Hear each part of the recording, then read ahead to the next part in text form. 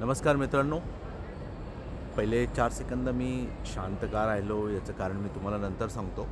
आत्ता आपण आहे दिल्लीच्या टर्मिनल 1वरती आणि तिथे चेक इन केल्याच्यानंतर पुढे आल्याच्यानंतर मला हे एक कलाकृती दिसली.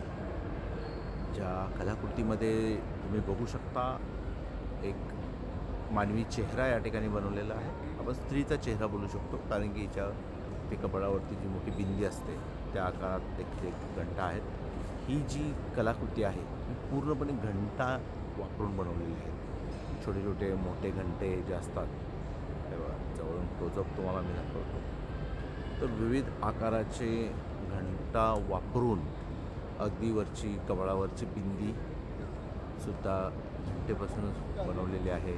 त्यानंतर डोळ्यांमधले जे बुबुळ असतात ते अशी अतिशय कलात्मकरित्या या ठिकाणी त्यांनी बनवलेले दिसतात. आपल्याला कान बघू शकता, कानातले डूल बघू शकता.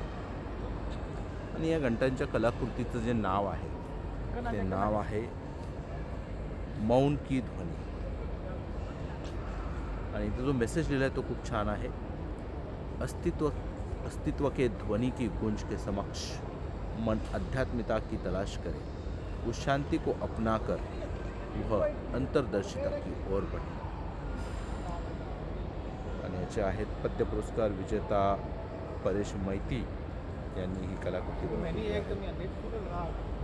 म्हणून मी पहिले 4 सेकंद ते मौन धारण केलं आणि म्हटलं त्यानंतरच आपण या व्हिडिओबद्दल बोलायला सुरुवात करूया. अतिशय छान अशी एक मला वाटतं 10 ते 12 फूट उंच अशी गोल अशी ही छान अशी कलाकृती या ठिकाणी बनवलेली आहे.